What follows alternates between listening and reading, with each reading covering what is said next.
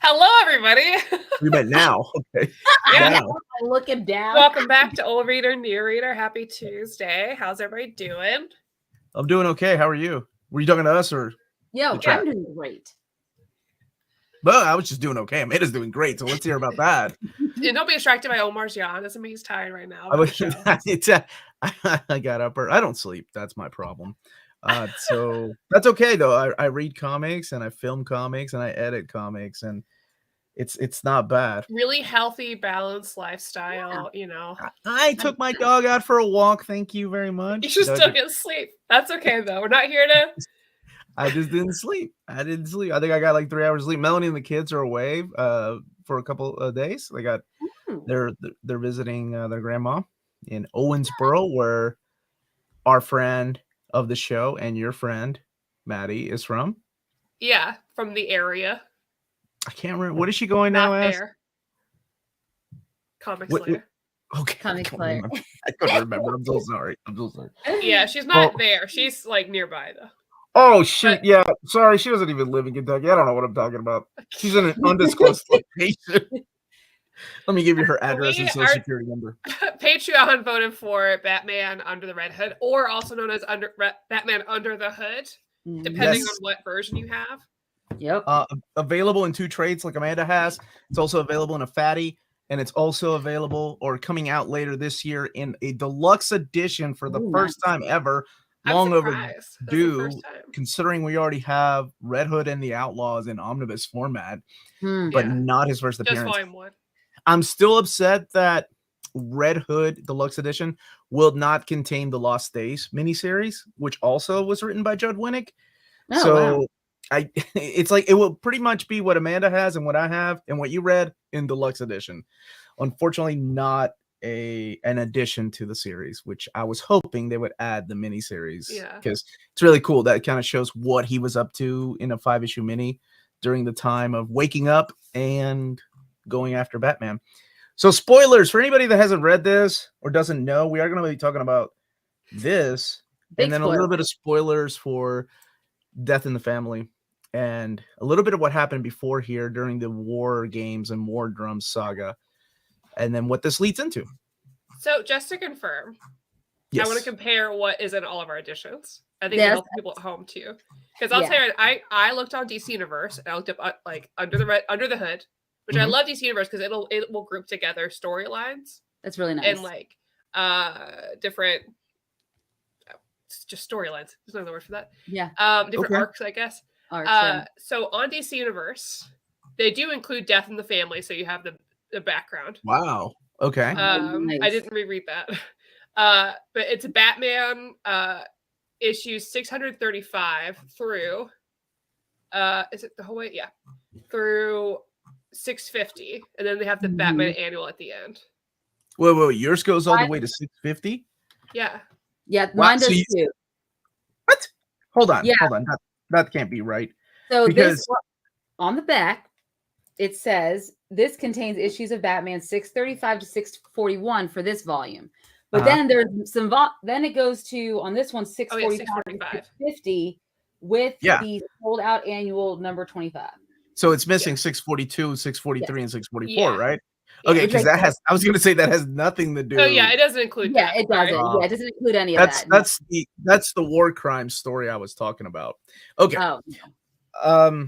So to kind of set this up, we're going to have to be talking about spoilers of Death in the Family and a little bit of war crimes because there's a character that they died in that series, killed by Black Mask, and it kind of sets the mood of Bruce during this storyline when it starts. So just in case you haven't read those stories, we're just a little bit of spoilers. So in the original Death in the Family, which is a 4-issue event, the second Robin, Jason Todd, who was like the cocky Robin, got killed.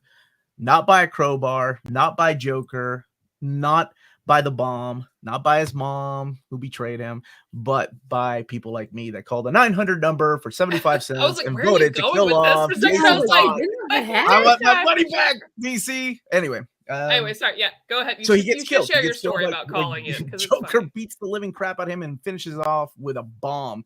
Bomb blows up and he dies in Batman's arm. So that was in the 80s. That was 1987 when that happened. Years later, there was this big event called Hush, which we also have to talk a little bit about, where Jason Todd shows his face that he was Hush the whole time. And Batman's like, no, it can't be you. And Jason Todd's like, it is me, Batman, you idiot. You can't figure it out. And then he kind of ducks away. And it turns out, oh, it wasn't Jason Todd. It was just Clayface. We haven't done Hush on Old Reader, New Reader, which I really, really I guess I haven't read Hush. Neither have I. It's a classic. We've done year now, one. Because they do mention Hush. And so I was a little confused by that, convo there. Oh, I had to look it up afterwards to understand. And we'll talk about that, but I had to look up afterwards to understand some of that portion. Yeah. So that kind of teased the idea of Jason Todd coming back, but then, hey, we were all suckered. It was just Clayface. And then there was another event, a big crossover event with the Bat titles called War Games and War Crimes, where Black Mask and a bunch of other villains kind of go at war with Gotham, and the whole city becomes a big war. Stephanie ends up dying during that story arc, and she was Tim Drake's girlfriend. She was the spoiler, daughter of the Clue Master. She gets killed by Black Mask. Now she was the fourth Robin, so she was only Robin for like a couple of issues, and she gets killed. And a lot of fans were upset. We were really upset with how she got killed, because she got tortured and killed. But that's another story we can talk about later. And then something even worse happens when you find out how she really died. Oh, that pissed us off even more. But it's okay. Later on, things happen. So Batman's in this whole state of mind. He just lost another Robin. He's having flashbacks. He's destroyed. His city's been destroyed. Black Mask is still out there causing havoc. And that's where we kind of start this. So he's had to deal with Hush. He's had to deal with the War Games storyline. He's had to deal with two Robins now dying under his watch. And thus begins Under the Red Hood. Judd Winick, by the way, writing this. Real world, baby. Real world, baby. Very real world. Season 3. Was it season 3? I love that. I love that season. He was in real world? That's where he met his wife. That's where he met his wife. And they're still married. Yeah. Yes. He posts about all the time. I can go on about Judd Winick and his life, because I love that. And now he's writing like children's books mostly. Yeah, I miss him writing comics. I miss him writing comics so much. But who knows? Maybe one day he'll come back. I hope so. So I'll let you ladies take it from there, because I've talked enough about what kind of sets this up, and then we can talk about that and Infinite Crisis and how that ties into this and where to go from here. So basically, we start out they start at the present, where it's been revealed. Like, we don't see who it is, but he is taken off his mask to Batman, and it goes back to years or not, and then time before that, when we're introduced to Red Hood around town, messing with Bruce, trying to get into Black Mask territory by gathering all of these street drug dealers together. In a pretty brutal way too, because he's like, "You're gonna work for me now. Like, we don't care about you. You're nobody." He's like, "Well, here's some heads." It's like, "Whoa, okay." And so he's bringing them together. He's like, "I'm gonna get your share. It's a better deal than Black Mask. I'll protect you from Batman. I'll protect you from him. The only thing is, don't deal to kids." Reasonable. And then we're square. We're good. But he's starting encroaching on this criminal empire there in Gotham, while also just kind of antagonizing Bruce. So several issues of him running into Batman, running into Nightwing, and just sort of getting in his way. And he's obviously and Batman's starting to pick up on things, but not completely right away. And I think I want to talk about that part before he realizes it's Jason, before we get into go for the reveal, because I think that's really interesting about one, him starting to realize and getting frustrated, and him dealing with his own things, losing his R&D money. He's not doing well as Bruce or as Batman, but also how he starts to get a little paranoid and starts to ask, he's thinking about, I don't know about you guys, but him, the best part of this for me wasn't the back and forth to him and Jason. It's him overthinking what was it like when Jason died. Oh yeah. And talking to those people that like had died and come back. Yeah. And trying to figure out what that was like for them and what that experience is like. I think part of him is trying to figure out, is Jason alive? Part of him is trying to figure out, like, who is this? What was it like for him? Was it horrible? How guilty do I need to feel? Like, is he at rest? Is he fine? Yeah. But I'd love to hear you guys' thoughts on like that. Yeah. No, I really like that portion. So, you know, this whole time. So when it starts up, like she said, it starts in that present day and we get the reveal, but we don't see it, but Batman sees it. And I love when any story, whether it be a comic, a movie, a novel, anything like that starts where we're in present day, but now we have to, let's go back to the beginning. How do we get to this point? So I really love when stories do that because then it builds that suspense. Now, the granted, classic whodunit exactly. procedural show. Right, exactly. Even though I already know who it is because this is not an old event by any means. And, you know, you already are familiar with it, even if I didn't read any of the previous events that led up to it, which I've read Death in the Family, but not like War Games and Hush, etc.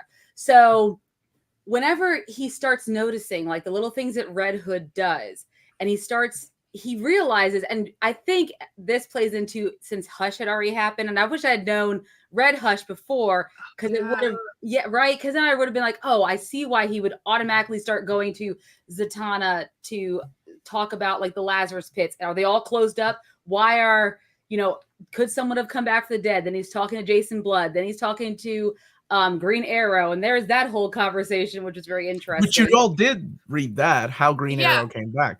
Yes, exactly. Also written by well, that part was written by Kevin Smith, but later on Judd Winick took over the Green Arrow run. And like, I don't want to interrupt, but I do want to come back to that because I have no idea what their little thing is at that point. But the Green, oh yeah, that's what. Well, I also had that question too. Why was Green Arrow mad at Batman? That's what you're curious about? Yeah, like because Batman, there's that back and forth, and he's like, Batman's in his feelings about it. Yeah, like, I don't know why you're so sticky. Why are you being so mad at me? And I was like, I didn't catch that. Yeah, and because there was this horrible event that we should read one day. Maybe we did read it, called Identity Crisis, where the hero, where Green Arrow sided with let's wipe his brain and tell Sue to shut up about this. Batman found out later. So that's during this time that the heroes are kind of clashing with each other because people have figured out that we wiped, or some heroes decided to wipe Dr. Light's brain, and that's not how we play. At this point, does Batman know? Because I can't remember if he found out in Identity Crisis or not. This is during the time of Crisis in Conscience, which is right before Infinite Crisis. Whew. So I want to say, it's around that time because the villains united show up through here, where you see like the other villains showing up through these pages. What is his name? The Master guy. The guys that normally don't fight Batman show up and they start fighting him. That's all part of the interesting because he's like, if you're so mad at me, it must be something you did to me. That's exactly, yes. And I was like, that's a really interesting way to put it. Yeah, that was. And I was like, well, what did Green Arrow? I was like, do I not remember this? Judd Winick is so good at like those like real life, like person-to-person situations that would happen. Sick burns. Of course, he would read this like interaction and be like, he's got some very interesting interactions in this. Yeah. The one with the hyena kind of made me chuckle out loud. We'll talk about that. Just with the back and forth between Black Mask and the Nazi gentleman. What the heck? Masterman? Is that his name? Masterman, yeah. Anyways, but back to what Maddie was talking about. Yes. So all that, it clearly shows a lot of what we know Batman for, is being a detective, all that, you know, hunting. And then of course, when he's in his feelings this whole time, even like his back and forth is Dick. I love that they threw Nightwing here so they can have these conversations, right? His one mentee, if you will, that was somewhat successful, right? He's gone off on his own. He's at Bloodhaven. He's doing well for himself. And even Nightwing can see that Batman's frustrated. And there's that you know, just the two of them, that dynamic. And Batman doesn't have anyone anymore. And we can start seeing that's the problem for him. He needs a sidekick. And that's what this whole, him fighting the Red Hood.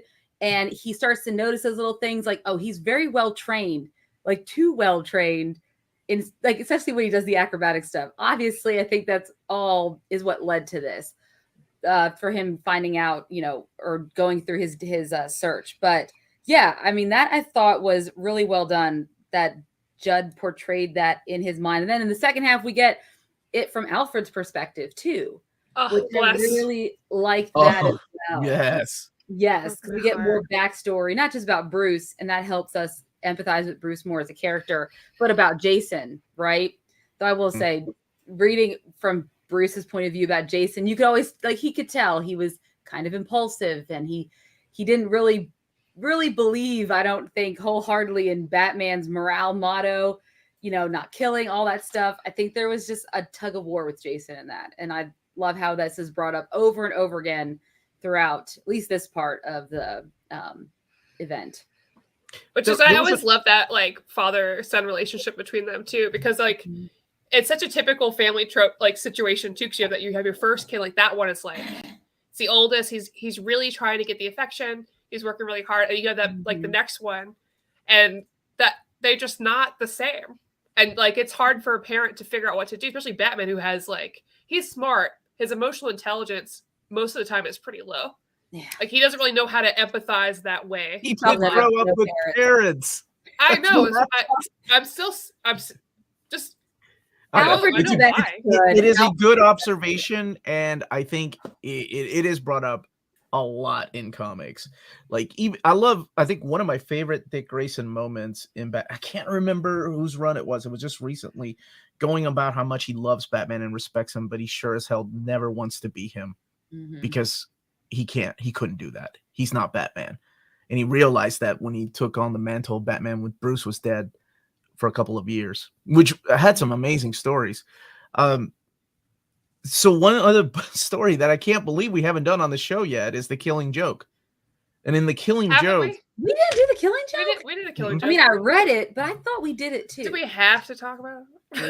It's so depressing. I love the Killing Joke. They bring it up here. Well, it is brought up here, though. Part of the reason that he's also wondering who the hell this is, but deep down inside knowing who it is because he does have the name, the Red Hood, and that was kind of the tie between Joker and like in the Killing Joke. That's kind of like what Alan Moore did, was kind of give him a little bit of an origin, but not one really, which is actually what they took and did in the Christopher Nolan movies. Whenever what's his name's walking around going, you want to know how I got the scars on my face, right? Like, that's kind of taken from the Killing Joke, because you don't know what's real and what isn't.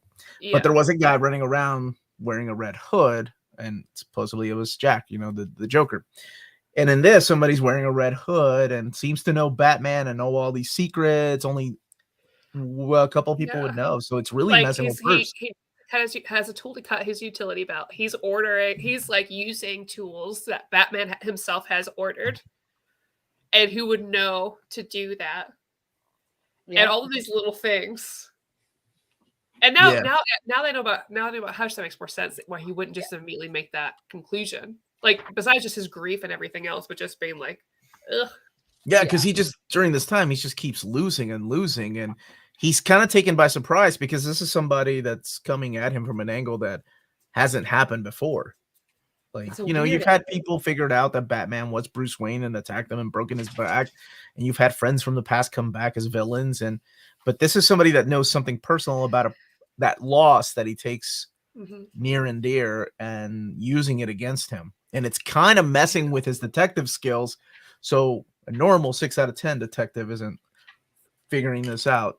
He's the whole time he's like playing with, you know, like, it's not like he's doing anything other villains do, where it's like, oh, now you found my plan, blah blah blah blah blah. He's like, I'm gonna show up and I'm gonna dip. Yes. I'm gonna hit and leave. Before the Killing Joke, there was an actual Red Hood, and that's Detective 158 for you old timers or people that like old comics. Thank you for that. Mark. So I love this return. It's interesting that this return happened at the same time that Ed Brubaker is writing The Winter Soldier at Marvel Comics. You have a sidekick from the past that has disappeared for years, coming back with a new persona and a complete badass and killing people left and right. Pure coincidence, I'm sure. Absolutely. Maybe. Because it is also funny how Batman died and Captain America died also around this time, and how they came back was very similar. It's really weird, but we'll just call it the Kennedy and Lincoln differences and similarities. Yeah. What the heck is that called? Okay, sure. Maybe that's what happened with DC and Marvel during this time. Yeah. But yeah, I'll let you all take it from here. I think we start talking about the reveal. Yeah. Then. Which goes back to the first issue. Yeah. Because first of all, I'm just going to say right here, he looked really dumb. The first time you fully see Jason Todd, he looks really dumb. I'm just going to say it. Okay. Is it the way he's drawn? So it's the way his face looks dumb. Okay, so I feel like I've messaged Omar. I was like, so whenever in Teen Titans Go, whenever Robin, when they get serious, they get these weird, like muscular looking, like it looks drawn, like the drawing is more muscular. He has the very definitive butt chin. Yeah. I have one, so I'm allowed to say that. And it's very muscular and weird and angled. And I was like, every one of these, that's how they're drawn. Are they making a commentary about this? I'm not a fan of that. I was so glad, but by the time you get to the annual, yes, which they're like, we're gonna fix this hair. Don't worry, guys. They're like, he's gonna look better because he just looks like a big old doofus. That's Doug Mahnke drawing the main arc, and then Shane Davis. I think most of the art is really great. It's that reveal page where you finally see his full face. You don't like his hair? Really silly. You don't like his hair? Is that what it is? His hair and his face. It looks silly. I'm not gonna. Before people get in the chat, they're like, she doesn't care about the book. I really like the book. Yeah, let me show. She doesn't. We can all agree, right? Yeah, it's this one right here. It looks a little goofy. I mean, his very definitive haircut from the early 2000s, though, where the boys parted it right there in the middle. That's very definitive. Maybe it's because his mask is small. I don't know. Anyway, and his lips are perched, and it looks weird. And that's not the point of it, obviously. I want to get the goofiness aside, and then we can talk about the serious stuff. Okay. Right, I know, because that's. So we get the reveal, and I think one of the best parts about this right here is Jason's ready. He's like, I know you're not going to believe me. Here's some prints. Oh, I fucking love that. And here's some blood. And then here's this. He's like, just go ahead. He knows he's a detective. He'll do all this stuff. Yeah. Oh man, that was so badass. I'm pretty sure Omar had that too. So I think we all had that, you know. Yeah, I'm pretty sure Omar did. It was the Trunks haircut. The Trunks. We all wanted to be Future Trunks. Hey, get that shit right. Future Trunks. Nobody wants to be Kid Trunks. All right. All right. Someone wants to be Kid Trunks. I don't know. Nobody wants to be GT Trunks either, because that guy sucked. No man can be taken seriously with cargo pants. All right, go ahead.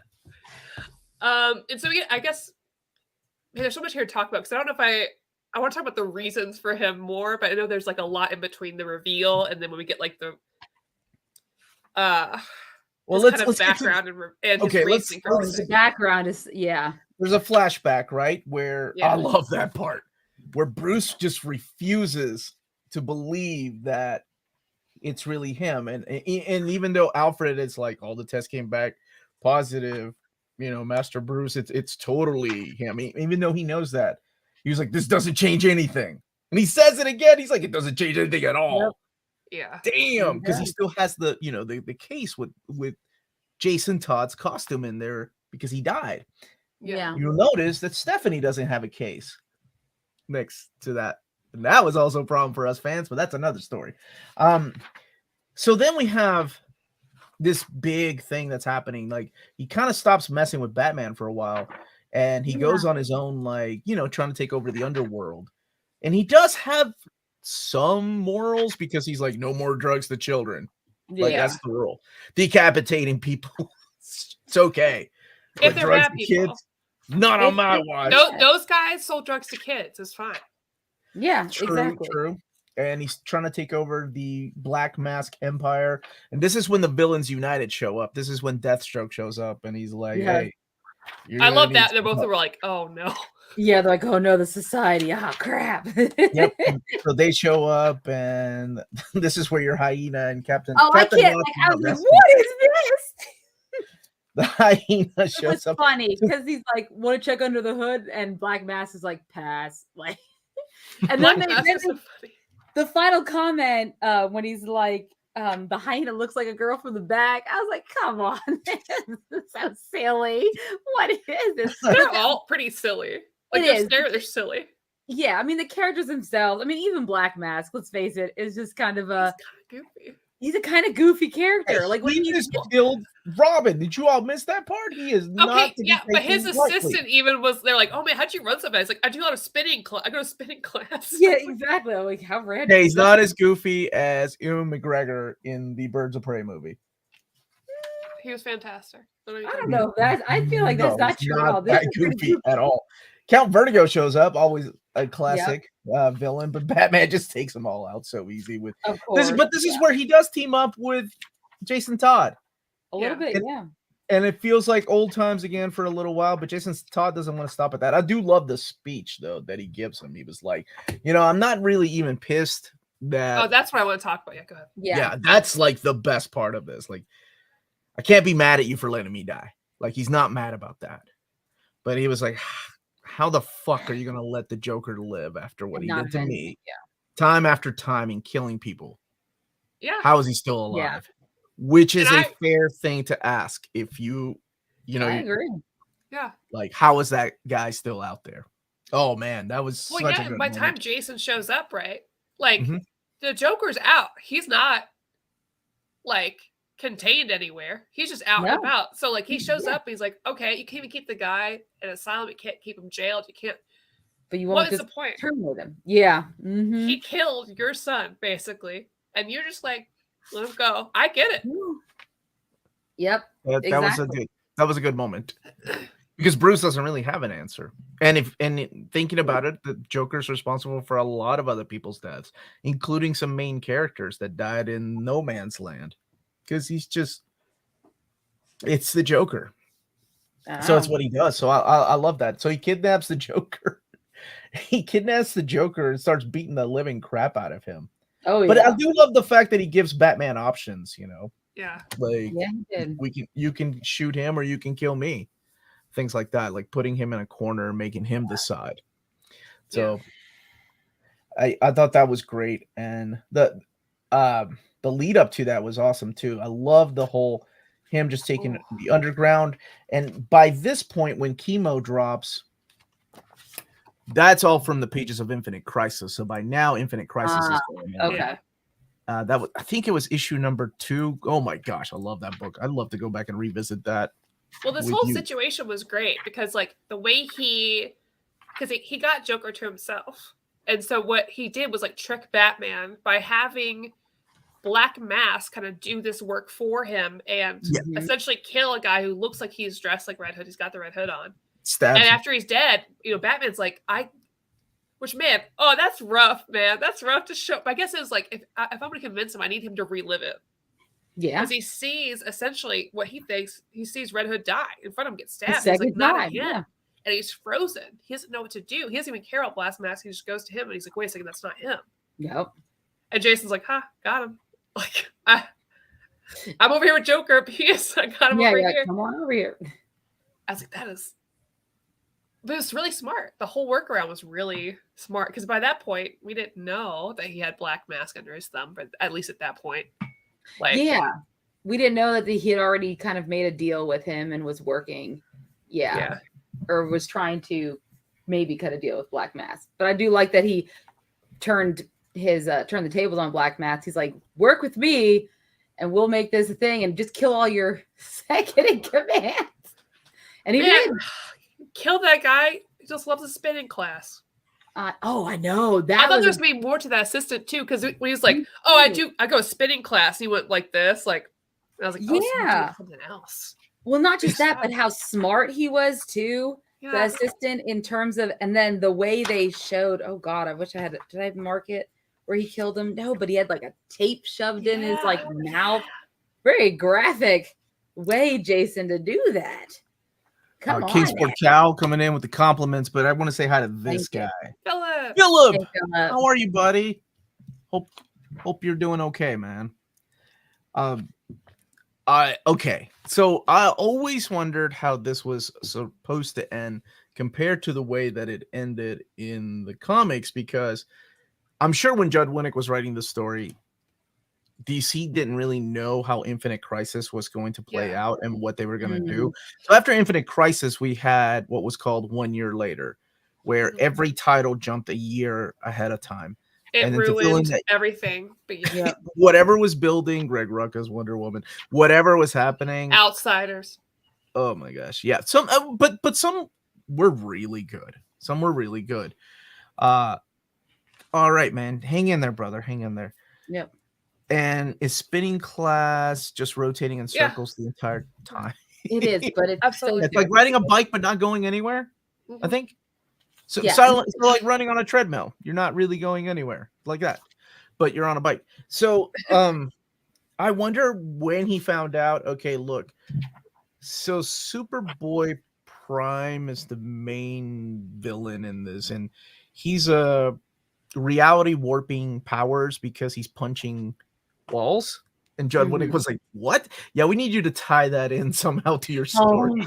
Yeah. So I feel like that Annual 25, where we have Superboy Prime punching walls, is like Judd Winick going, well, I guess this ties into the story, because you really didn't need it. You didn't need Superboy Prime punching reality to make Jason Todd. Like, I feel like that all of it was going to be the Lazarus Pit. That's what I thought too. So I was like, wait, it's this instead? Yeah, that's so weird. It was very weird. Though I do like I liked this when it was like Batman's like, he's alive. Oh, hold that page. So I need to talk about that page really quick. That page right there is drawn by the legendary Jim Aparo, who passed away a couple of years before this. He's the one that originally drew the Death in the Family. And that page, remember when you called the 900 number? Yeah. Oh, because they'd already made it. Right. That page was going to be in the book if people had voted for Jason Todd to live. Oh, so that page is very special, like, because artist is gone. It still was drawn for the original story, so it's really cool that they were able to use it in a book. And it was, the narration is a little different at the bottom, but the whole he's alive and the look on his face, that all comes from Jim Aparo. So I thought that was really cool that they did that in the annual. That's really cool. Really quick, let me answer this question. Would I break? Yes, absolutely. I recommend everything Chip Zdarsky. I love that guy. So you should read it. And his Batman. If you're not reading Batman, but Spider-Man for sure. Here's a shout out from Eubank, Kentucky, from Warren, who never agrees on anything that I like. But that's okay, Warren. I still think you're cool. So yeah, this abruptly ends. At the very end, we have this almost like Good, the Bad, and the Ugly standoff between the Joker and Batman and Red Hood, and it's like choices have to be made, and of course the Joker, being the wild card that he is, just blows everything up. And you're like, okay, surely everybody got out, but that's where Batman ends, and then we get Infinite Crisis, and then we get 1 year later. So you don't really get like, not that you need them to show you them walking out of the building. You don't really get a closure with this. Yeah. So I was going to ask either one of you two or anybody that has watched this already. Have you all seen the movie? I have. I couldn't tell you. I was wondering how the ending was, because the ending of this just ends because it goes into go read Infinite Crisis. I would ask Elliot because he would remember, but he's still in a magic match. Elliot, we watched Under the Red Hood, right? Do you remember how it ended? Yeah, I don't know how it ended. I'm curious. I mean, there's no way a movie. He didn't give me an answer. He just said, "Yeah, Jensen Ackles voices Jason Todd." That's all he said. So we'll have to rewatch it. But yeah, this ends on a standoff, and the building blows up, and that's kind of how it all gets resolved. But that all three of the characters end up living. So yeah, that's where we are at the end of this.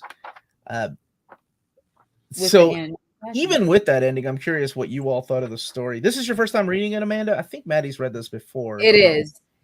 I guess this is my first time. I thought I read it before, but I guess not. Oh, well then please, by all means, lay it on me. What did y'all think of Under the Hood? Red Hood, as it's known as. Go first. Oh, yeah, sure. So as far as this story goes, because I know of the whole idea behind Jason Todd becoming Red Hood, but I never knew how the reveal happens and what goes down. And so it was fun to read through it to see how it's revealed, what Batman goes through. I think I like the first part, the first part of the volume up to the reveal. I really like that because you see Red Hood making his moves while Batman's doing his detective work. And the second half, is, I think, a little bit more cerebral in that it's a lot of more thought-provoking in the terms of Alfred and Jason's thoughts, and of course Batman. And then you have that abrupt ending, which kind of threw me through a loop. So the very next thing is, well, how did he become the Red Hood, right? And then that's still how it ends. So it was kind of abrupt for me. The one thing I will say, as a new reader, and if you haven't read any of the previous stories that go along with it in arcs, I felt like I was missing information while I read it. So if I was to like recommend something to new readers, I probably wouldn't have said, just go read the Red Hood arc. You'll love it, because it will not make a lot of sense in certain aspects unless you were already familiar, just because you're around the comic world and know of what's happening in those things. Other than that, I think that Judd Winick's writing was on point. I really enjoyed it. It moved very quickly, and I had a great time reading it from that standpoint. I even enjoyed the jokes in it, particularly of my hyena joke. I just don't know why that's like that backside of the hyena. Like that backside of the hyena. I really was like, can you just show me how this hyena looks like a woman from the backside? Because I don't get it. But in my respect, I think if I was a new reader, like who never was around comics, this would not be something that I would want to pull out and read, because I would be left with more questions than answers, especially because it ends abruptly, which is fine if you know that something else is coming later. But you don't get that closure that maybe you're looking for with the story. Because I was wondering, how are they going to end this story? Because Batman's not going to kill the Joker, because that's not him. That's what's going to happen. It's not going to change his mind. So what is that ending? And maybe that's why besides the fact that Infinite Crisis, maybe that's why it had to end on a cliffhanger, because there is no really satisfying way to end it for either character, right? Because Jason's not going to get what he wants from Batman, and Batman's not going to do what Jason wants, and they're both going to be left disappointed with each other at the end of the day. So I don't know how you really would end that. That's a dilemma. I would end it with them beating up each other and then having to go back to the manor, and then Alfred taking care of them. I think they just have to get it out. Of all three of them? Of Joker, Jason Todd, and Bruce? Put the Joker away. That's a little weird. No. Well, after this was 1 year later, and I feel like that's when they were just kind of making things up. Batman was solid because we had Paul Dini, we had James Robinson coming in, and then we had that stellar run by Grant Morrison. But Nightwing was a nightmare and a mess. And I feel like that's where they were like, hey, we still got this Jason Todd guy. What do we do with him? Is that what they did? Nightwing book. That's where you see him. Yeah. Mm-hmm. And there's a reason those books have not been reprinted, because they're pretty awful. And I love Bruce Jones. It was just not that good. Well, how about you, Maddie? Your first time reading it. What did you think? Yeah, it's my first time reading it, but not my first. I've read a lot of Red Hood. I really like Jason. Not as much as a lot of the internet girlies love, because telling you, girls on the internet love Jason Todd. Wow. They also ship him with Roy Harper. I don't agree, but what I respect their decision. I didn't see that. Oh, Red Hood and the Outlaw. I'm still a Dick Grayson girl. I'm still a Dick Grayson girl, even after this. Dick Grayson. I really like Jason Todd. So reading this, I thought was really interesting, because I've seen him like on the other side of this, for like years. Yeah. So like, oh yeah, like it's like a quick like, yeah, I was a Robin, and then I was killed, and now I'm back, and I use guns, and that's like the whole story we get. So it's interesting to see this part and see him get really emotional about the whole, like, this is the reason why I'm upset. Yeah. Like, I'm upset that you did not avenge me. And also seeing that, like, he didn't come to that realization on his own. Part of that is from Talia. So I wonder how much of that is like him, how much of that is how that was presented to him. I mean, obviously they really like drive it hard that he was messed up due to the Lazarus pit and staying in the grave too long. Yeah. Because it was, what was it, 6 months, I think? I do love that part of the book where Bruce is like, damn it, I've been so distracted, I didn't even realize to ask a simple question. Like, he didn't even realize that there was never a body in that. Never a body. In the what's it called? His box. What the hell? Coffin? Coffin. Thank you. Yeah. Words. Well, now because he me. replaced the coffin, but I mean, it's a bummer that it ended so abruptly, but I feel like I am really used to that in so many things. And it makes sense, with this leading into a crisis, and 1 year later. But I really like I liked the tone of this. I like that it went from like jokey to serious, because I think that fits Jason a lot. Yeah. Because even though he's really angry, there is a lot of like, there's still love there. There's still like his personality. And I really like watching him at the beginning of how he got into like what he does and how his vigilanteism is, which is he's like, I can't fix the system outright. Mm-hmm. What are the smaller changes that I can make to get into this and make some change? Which I think probably if he continued unfettered, he probably would make some significant change in Gotham. Yeah. Really. I would love to hear your thoughts, since both of you knew of Red Hood, right? And have read maybe stories with him in there, and had seen Jason Todd whenever we had read a couple of stories, especially A Death in the Family. But were you shocked to see how edgy he was, like decapitating people's heads and putting them in a duffel bag? Not really. I don't know if that comes across later, because he doesn't do all that now. No, he doesn't. And you hear people talking about, I don't trust Jason. He's kind of messed up. So this is kind of like why people don't trust him, because he was doing crazy shit like that to get the point across. Yeah.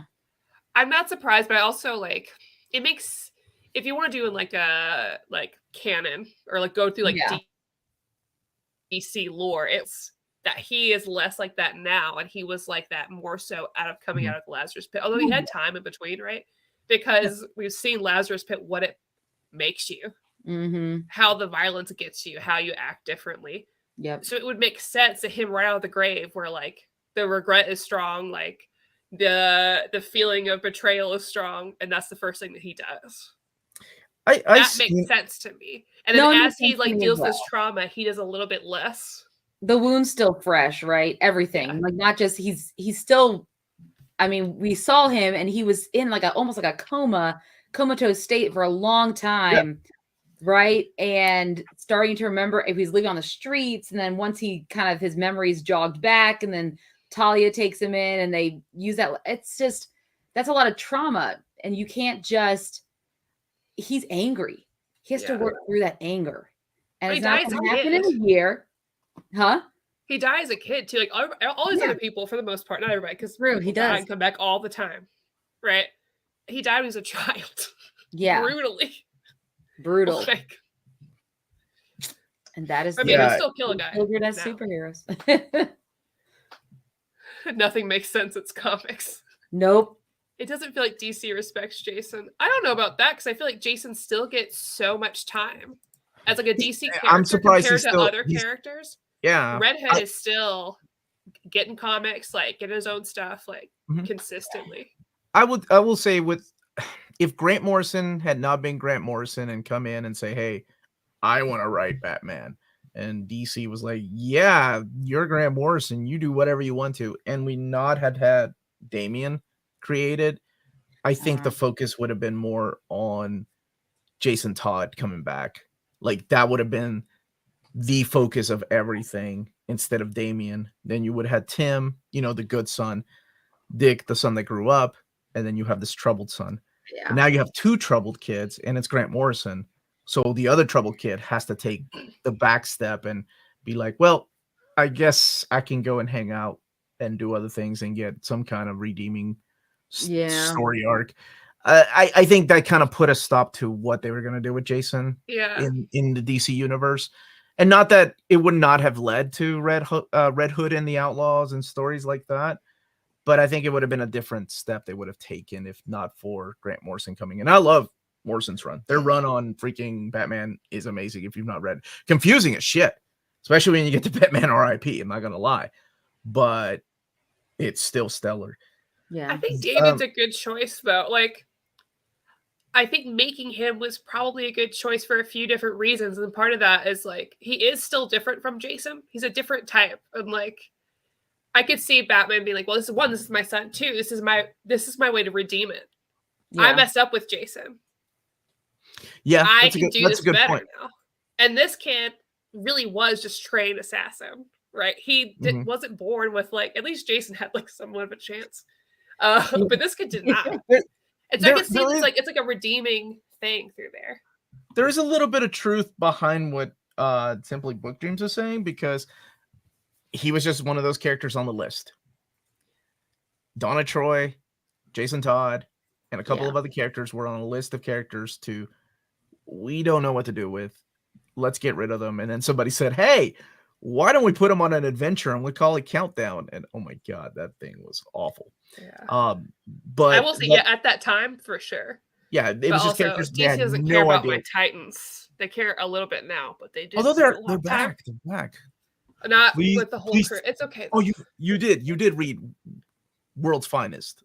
I forgot about that. Yeah. You and, but I haven't read like the latest stuff, so I know like the team. I have the World's Finest so good. On pull. That's and Green Arrow is really good, you guys. It's so good. Oh yeah. So I have read that. Families. I wish I could. I can't spoil anything, but you should read it. It's so good. So yeah, back to this. The artwork was done by Doug Mahnke. I'm a big fan of his ever since the Justice League days, and then he went on to do Green Lantern. I love his art. I think he's the one that drew the one picture that you don't like of Jason Todd, which I can see that. Yeah, he looks silly. For me, the first reveal, it's like, hey, he's finally back, and he looks like that. I'm like, oh no, but okay. Then we have Shane Davis doing some of the fill-in art, and he also did the annual. I always liked his artwork too, and the annual looks great. Yeah, is that when they first introduced like the white stroke in his hair? Because he didn't have that, right? But he had that in Hush. That's what explains it in Hush. He had that white streak in his hair, so that's why they were tying it into Hush. Mm-hmm. It's a cool guy look. It definitely is, right? So did he dye it? Because he doesn't have it in that reveal. Maybe he just got better. Maybe they're just confused. I bet editorial later was like, go back with it. Or someone didn't communicate that style change. DC doesn't like gray hair. DC doesn't like gray hair because they also got rid of Hal Jordan's gray hair when he came back from the dead. It makes him look cool. Guys with gray hair can still be bad. That was edgy. Look at Doctor Strange. In the books that you have, Amanda and Maddie, the DC digital app, did it have? So mine has the annual all the way in the back, which I never really liked because I kind of like it in between the stories, because that's how you get to find out where he was. Reading it afterwards, I'm like, oh, it still doesn't say where he is. What they also did in this is they added a little bit of Hush in here, like the part where he meets Jason, and it turns out to be Clayface. So you get some Jeff Loeb and Jim Lee art, or Jim Lee artwork, but Jeff Loeb. I think it would have been nice to have the issue after the reveal. Yes, so like the reveal and then like the flashback. I think that would be the best. Layout was awful. Oh my gosh! You know what? Not as bad as Devin Grayson's Tarantula story. If you've read that, but pretty awful. I think I was just done with twins wearing nothing but white after The Matrix 2. That might have been my problem too. So what would you ladies rate this out of 10? Batman Under the Red Hood. What would you give it out of 10? And anybody watching? I'm leaning towards like an 8. Because I really, really like it. Yeah. But I think maybe just because it finished, and I think there's a couple beats that could have been improved. But overall, I really like it. I could see myself reading it again. Okay. I might read it again. I think I would give it an 8 too, and I might read it again after I read all the other stories that encompass it. And it would. I feel like those people who don't watch like everything Marvel, and then they're like, "Well, I don't get that inside joke," or "I don't get that," and now I know what that feels like. But no, overall, I think I'd get an 8 out of 10. Yeah, for the most part, I enjoyed it. And yeah, I mean, maybe the ending was a little too abrupt for me. Maybe I wanted some closure. And I did look up that movie, and it doesn't end any much differently. They what? Batman and Joker survive, but Jason. Oh no, it does. Batman and Joker survive, but Jason's gone. Joker returns to Arkham. Black Mask is arrested, and at the Batcave, Alfred offers to remove Jason's costume, but Bruce refuses. And then a final flashback shows his first day as Robin, as he cheerfully declares it's the best day of his life. Oh, what a cool movie. That's a solid ending. That's a solid ending. I would have been good with that. I know I've seen it. I just could not remember. But we were watching we had like the big box of DC movies. And so we just watched them in order. There was a big glitch today. All the DC movies were $7.99. All 30 DC animated movies. Damn, you didn't holler at a girl or what? Well, I never know who to holler at because I get the messages from fans. Oh, hold on. I get messages from fans like hours later because I'm busy reading and editing. So then I'm like, oh, cool. I got you. And then I read the next message and, hey, if you didn't get it, it's gone now. They corrected it. Listen, people in the chat, James. James. You got to treat me when that stuff's on sale, okay? Okay, you hit Maddie up. I give it a 9 out of 10. It still stands. I loved it. I love the artwork. I love the edginess. I love reintroducing a character that knows how to torture and manipulate the lead, who's the smartest guy on the planet, according to him. Every time he walks into a room, he's the smartest guy in the room. But man, that was so solid to have somebody mess with him, especially after everything he's lost and building it to this. It was really cool. And then the reveal when it's Jason Todd, the guy that you lost, your son that you lost. Damn, that hit. And it still hits. I love it. And the Erupt ending still, I mean, it definitely, if I was reading this as a standalone graphic novel, it doesn't, it's not a conclusion, right? Unless you like these conclusions that are just like, oh, well, that kind of sucks. Did they just blow up? Yeah. I've learned to accept that with most movie things. ending a lot better. I like this movie ending. Ending sounds good. Movie ending sounds like the way Judd would have ended it. Yeah. I agree with Joe. Personally, all the DC anime movies are like at worst 8 out of 10. Really solid animation. The stories are really great. I agree. People, if you're supporting about like the DC EU, right? Like the major like movies, just go watch the animated films. Just don't do me a favor. Don't watch The Killing Joke. Because that thing was a travesty. Oh God! How are they gonna do it? Move like what the hell? Oh, dude. Oh God! Maybe we should watch that. Was it really that bad? Because it was awful. How are you gonna mess it up with voice actors too that would come back to the role? Yeah, I was excited to go back to reread this. It gave me a good excuse. So I'll put like Reign of the Superman up there for voting, like something really quick, like that was only like 9-12 issues. Have we? We've done Superman, Death of Superman, and Funeral for a Friend, but Reign was the next one we haven't done yet. Yeah. So I'll put that because it was only like 7 issues. That's all the Superman, right? Hanging out, doing stuff. Yeah, that's when all the Superman first appeared. Yeah, I've read that. What was the other book I put up there for voting? It was really close. It was between Nightwing Year One. Oh yes, Nightwing Year One, which was pretty close to winning, except Batman Under the Red Hood won out. I just feel like I've read all of it. A Batman, something related to Batman was what we were most likely going to be reading tonight.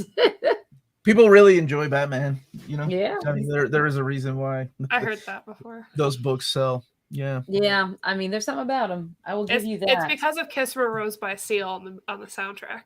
I hate everything about that sentence. That is not true at all. Whenever I think of that, I always think of Community. I don't think of Batman, unfortunately. That's my childhood. I had them play it at my wedding, a string cover. Because of Batman. Let's see. Let's look at some of the comments here. Oh yeah, would you all give it? An 8? A 9, top tier A+. Sugarman just rating it in a whole different scale. I love it. The glitch of 2023 gone like that. That's the only one I was aware of somebody told me. Killing Joke was 10 out of 10. The movie? I lied. Okay. That's the one I actually haven't seen, so note to self, I'll skip. No, watch it. You should judge it for yourself. Everybody should. Or no, you don't have to do that. But people are telling me to fast forward the first 30 minutes of The Killing Joke, and it ain't that bad. The rest is spot on. I did not. I gave this a 9 out of 10. I really like this story, and I couldn't wait to reread it. I know it's gimmicky and hokey, and people were rolling their eyes and wanting their 75 cents back because Jason Todd was back. Yeah. But I really enjoyed it. It still stands. Omar rated it a 9 out of 10. Thank you for that.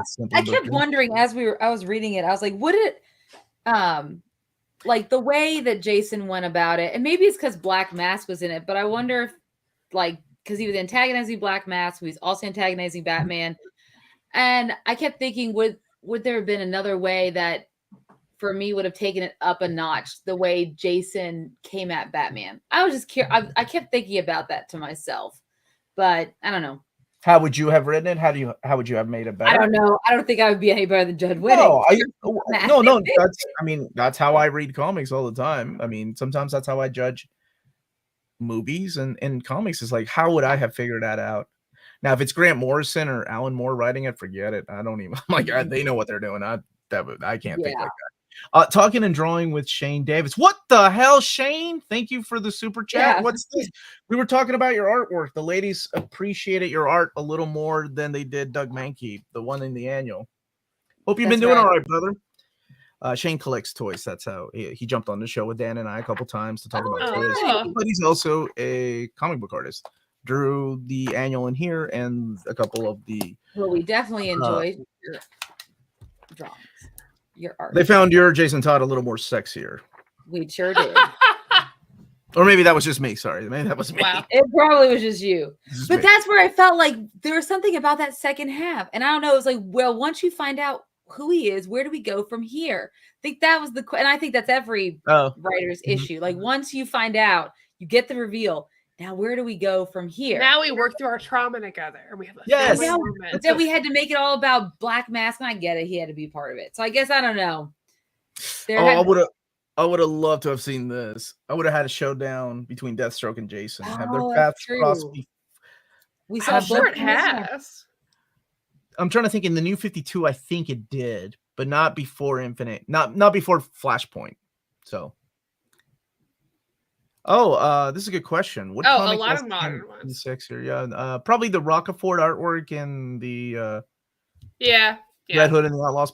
I like his art, in that. All right. The thing about Batman is that, let us. Oh, sorry. No, I'm sorry. If anyone, if you're rich, can be him. Yeah. Yeah. I mean, that's kind of the appeal of Spider-Man too, right? That's like a straight from. Oh yeah. Stan 100%.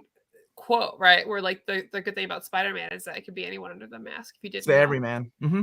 Yeah, exactly right. Sure. I'm sorry, Maddie. You were saying? Oh, I was saying that normally I'd run this a little bit later, but I really want to play Zelda. Oh, is that you're good. Now that, ladies and gentlemen, is dedication. That's dedication. Dedication. Not to the channel, but to the Legend of Zelda. Here's the kingdom. I don't blame you. My wife is playing it, and I'm so jealous because I just beat Breath of the Wild, and now I'm playing video games again, trying to take a break from reading from time to time and not drown in it. So I think it keeps it fresh. Like I've been like reading hardcore, and then I was like, let's take a break. I hadn't played Spider-Man Miles Morales, so I played that a couple weeks ago. It was perfect timing right before Spider-Verse. Yeah. So it like made everything just like a little more vibrant, like. I don't know, relating to it. Because I just watched Spider-Verse, Maddie. Loved it. 10 out of 10. No problem. I made the mistake of saying I had a problem with it, and people didn't like that. Not Amanda. I defended against your problem. I defended against your problem, but I still had a problem with it. I think it's a beautiful movie, but it's definitely character motivation. That's the only thing. That's it. Face it. Seriously, that was it. Well, I have to go watch it again. Sound mixing issues. I don't remember the sound mixing issue. Ours was that way in the theater. Yeah, every time Gwen was like drums were playing, you can't hear Gwen. Because there's like a setting they had to fix, right? And they you guys just need to go to poor people's theaters like Amanda and I did. Yeah, we did the Republic Theater where they don't even have I think they have like everything's on mono. There's no stereo. Yeah, so we were at the Cinemark because I gotta get. I'm that movie club. I've got to get that. I'm this club. I'm gonna make it to platinum. I'm gonna make it this. I'm gonna join a movie club because I need to go. I saved so much money, Amanda. AMC or Cinemark because AMC has really good rewards program. I don't know. I got one. They don't have how many movies can you go see? How many good movies can you go see with your Cinemark? Well, like I just get like a free thing every month. Oh, you do the free one. I get 20%. Well, no, I pay, but I get like 20% off of snacks, and then I can buy additional tickets on member price. Do they have Reese's Pieces at Cinemarks? I don't remember. Yeah. Okay. We got Reese's Pieces of Big Lots. You just stuff your purse full of them. But go on and do that. Ellie won't let me bring in snacks. Okay, yeah. I will say AMC that is has better part of my popcorn wedding buckets. vows. Are you gonna sneak a burger into the movie theater for me? Was part of my wedding vows. Yeah, Ellie would not let me. Oh, I'll never forget. I sneaked in a oh god, it was a sandwich from Cozy, and it's closed now. But oh, it was gross in my purse. But we snuck in a bunch of these sandwiches to eat. I think it's a Jurassic World movie, the second one, Fallen Kingdom. Perfect. Oh man, god, it was messy. Well, Maddie, you go and enjoy Tears of the Kingdom. Thank you everybody for watching. We'll be back. I'll be back tomorrow. I can't remember what my video is, and Amanda and I have a show. And then I'll be back. Sure. We have a show tomorrow. What are we doing tomorrow? Tomorrow we are going to be ranking in our own Lethal special Weapon way. movies. Lethal Weapon movies. Oh my god. No. Oh, I was like, okay. No. That require. I don't know where I find all that. You know what? Let's scrap everything. Let's rank Police Academy movies. No, we're gonna be. No, we're gonna be ranking all of the Spider-Man movies that have come out since 2002. Wow, that's good, including Morbius and Venom. Yes, really? Okay. My friends sneak into Subway footlongs I need to hang out with your friends. That's awesome. Omar sneaking Jason Aaron's store Omni to his favorite film of all time. I love it. No, I did not. No, I did not. No, because he would have threw it at the screen. No, we're ranking our favorite, our Spider-Man movies, so from least to favorite. Nice, that'll be fun. So, all right, Maddie, it's your baby. Yep, sign us off. What's next week for you? Well, good question. So, I will be posting the schedule because I don't know what next Tuesday is because I gotta figure stuff out because I was away last week. But don't worry, books we've chosen, guests will be chosen, and I'll be posting about it so people can read along. But I will still be back here next week at Tuesday at 8 p.m. Eastern and every week this month. So tune in, talk about some books with me, and hang out. Okay. And like this video, comment down below later if you're watching this and you want to comment, tell us what you think about Under the Red Hood. And we'll see you next time. Yeah. And I'll put up the Patreon poll when I'm back for our next book that you want to. It's my birthday month, so you have to do something I like. So yeah, shoot me some books that you want to read. Okay. Then I'll just replace them with things I want to read. All right. No. Sorry. Thought we were done. Right. Have a good night, everybody. Bye.